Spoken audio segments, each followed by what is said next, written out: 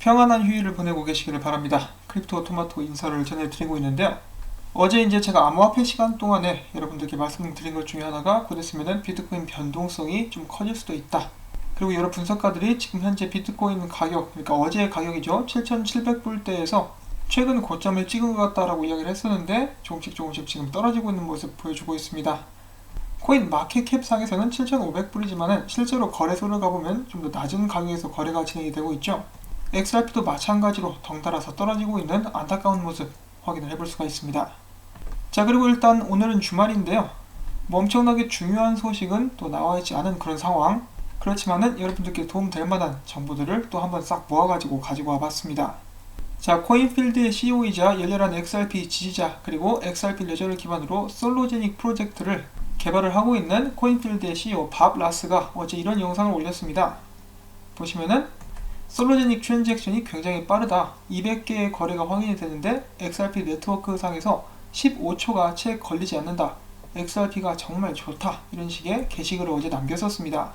다시 한번 XRP 레저가 사용이 되면서 이를 기반으로 개발을 하고 있는 사업자들에게 인정을 받는 그런 순간이라고 볼 수가 있겠는데요. 이 솔로제닉 프로젝트가 성공적으로 2020년을 맞이할 수 있기를 바라봅니다. 이제 12월 1일로 접어들었는데요. 2019년이 마무리가 되어가는데 저희가 2019년에는 좋은 일들이 많이 있을 것이다 라고 생각을 했었는데 실제로 좋은 일은 많이 있었습니다. 그런데 속이 정말 답답해지도록 가격에 반영이 전혀 되지 않고 있는 이런 모습, 언젠가는 바뀔 수 있기를 바라봅니다. 다시 한번 2020년을 바라볼 수밖에 없겠죠. 자, 그리고 최근 멕시코 비소 XRP 이 실시간 유동성을 사용한 거래량 그래프인데요. 얼마 전까지 최고점을 계속해서 지속적으로 갱신을 해주다가 최근에는 좀 떨어진 모습이 보여지고 있습니다. 설마 이거 센텐들뱅크 때문에 떨어지고 있는 건 아니겠죠? 머니그램이 다시 한번 힘을 좀 내줄 수 있기를 바라보고요.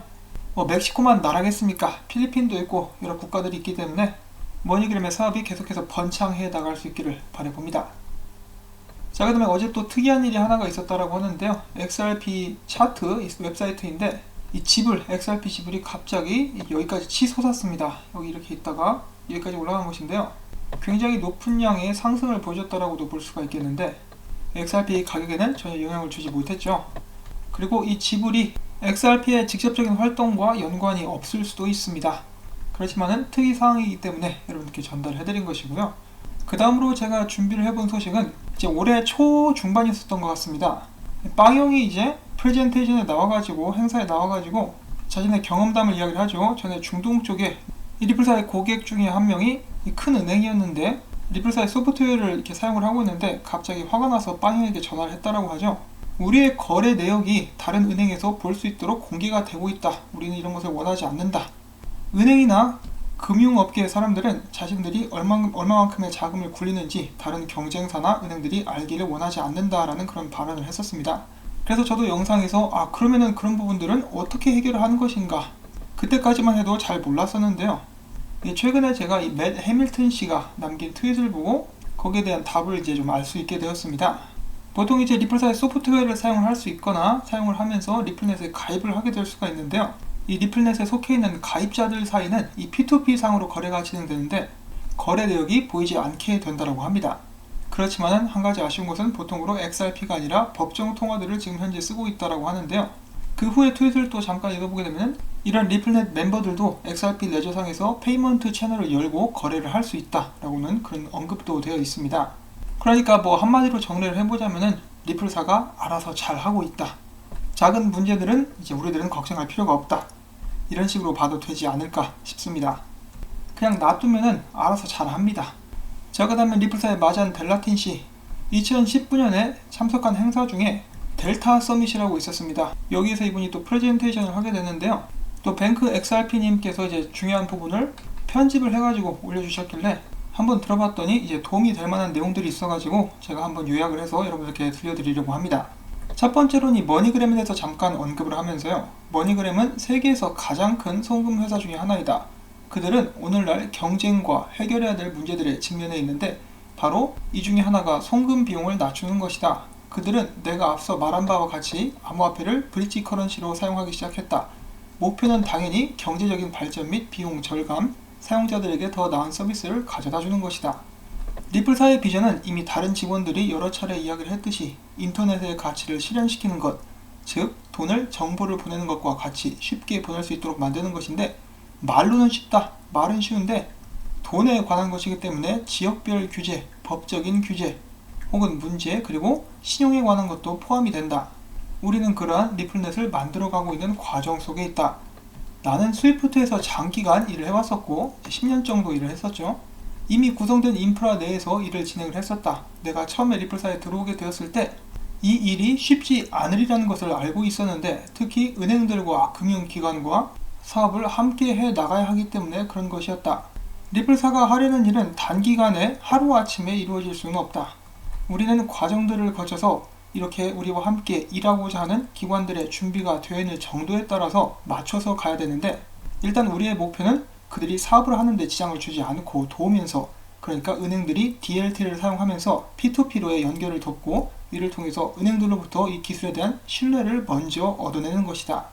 지금 현재 그들은 리플사의 소프트웨어를 통해서 P2P로 실시간 돈을 송금해 나가고 있다. 자, 그리고 더 나아가서 리플사 같은 경우는 이 사업체들 중에서 유동성 사용을 원하며 디지털 자산 XRP를 사용할 준비가 되어 있는 회사들과 또 밀접하게 일을 하고 있는데, 그와 동시에 커뮤니티가 이 기술을 잘 받아들이도록 하기 위해서 노력하고 있기도 하다. 지금 프레젠테이션에 나오고 있는 명단들은 리플사의 고객들인데 200개 이상의 고객들을 우리는 유치했다. 지금 보시는 고객들의 명단은 마케팅이나 광고를 위한 목적으로 보여주는 것이 아니라, 여기 있는 모든 업체들은 리플사와 프로덕션 딜, 그러니까 리플사의 제품을 사용하기로 정식 계약을 맺은 곳들이다. 우리의 기술은 개념 증명도 어떠한 테스트도 아닌 완전한 제품이다. 이런 식으로 또 영상에 나와 있는데요. 저는 이 영상을 보면서 역시 금융업계를 바꾸는 것이 하루아침에 되는 일이 아니고, 저희들이야 이렇게 제3자로서 지켜보고 있으니까 모르겠지만은 이 막상 필드에서 일하는 사람은 이런 부분들이 굉장히 어렵다라고 생각을 하고 있었구나라는 것을 다시 한번 깨닫게 되었습니다. 지금 바이낸스 US의 CEO가 된 캐서린 콜리도 그렇게 이야기를 했었죠. 리플사에서 일을 하면서 거절을 진짜 많이 당했다고. 자, 아무튼 여기서 좀 아쉬운 점이라고 한다면은, 어쩌면은 저희가 기대를 하는 것보다 은행들이 XRP를 사용하는 시기가 더 늦춰지게 될 수도 있겠다. 더 오래 걸리게 될 수도 있겠다.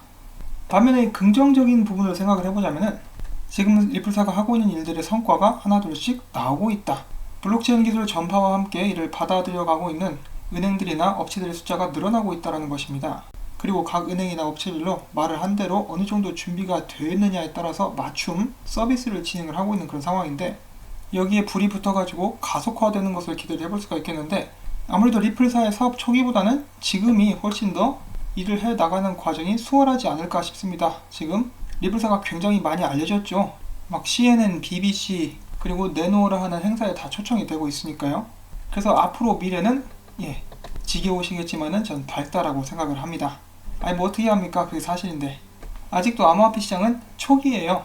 그렇기 때문에 앞으로 어느 정도로 발전할지, 변화가 될지는 아무도 예측하기 힘든 그런 상황이라고 볼 수가 있겠습니다. 자, 그 다음엔 어제도 잠깐 소개를 해드린 영상이었었는데요. 나빈 굽타 씨가 이 딥토크에 초청이 돼가지고 인터뷰를 하는 과정에서 이 많은 사람들이 흥미를 가질 법한 그런 토픽에 대해서 이야기를 합니다. 잠시 들어보시죠. Hype it up to say, hey, can digital currencies tomorrow are going to replace the US dollar? That's not going to happen, right? It will have its own use case, and yes, it could be among the top 15, 20 basket of currencies, possible, right? But it will have its own use case for a very specific type of movement of goods where friction is very high today. But it will probably not going to replace foil payments, because that are going to happen in a big lumpy, in which very high level of trust between the governments is required. 자, 나빈 굽타 씨가 종종 이야기합니다. 많은 사람들이 암호화폐에 대한 과도한 흥분감을 가지고 묻는다. 이 내일 당장 디지털 화폐가 미국 달러를 대체할 수 있을까? 당연히 안 된다. 이 디지털 화폐는 디지털 화폐로서의 역할이 따로 있다. 자, 그런데 여기서 중요한 부분이 나옵니다. 전 세계 상위 15개에서 20개 정도 통화 바스켓 안에 들어갈 수 있느냐? 그것은 가능하다. 그러나 디지털 화폐는, 그러니까 XRP는 특별한 용도가 있고 송금을 하는데 많은 과정을 거쳐야 하는 그런 지역에서 사용되게 될 것이다. 지역 및 분야에서 사용되게 될 것이다. 그렇지만은 XRP가 법정 화폐를 대체하지는 않을 것이다. 법정 화폐가 된다는 것은 국가의 엄청난 신용을 필요로 하기 때문이다. 자, 일단 인터뷰는 이렇게 되었습니다. 미국 달러를 대체하거나 특정 법정화폐를 XRP가 대체하는 일은 없을 것이지만은 전 세계에서 상위 20권 내에 들어가는 통화가 될 수 있는가? 가능하다라고 이야기를 했죠. 자, 어떤 사람들은 이야기합니다. 이 XRP까지 거 데이터 쪼가리인데 무슨 가치가 있겠느냐?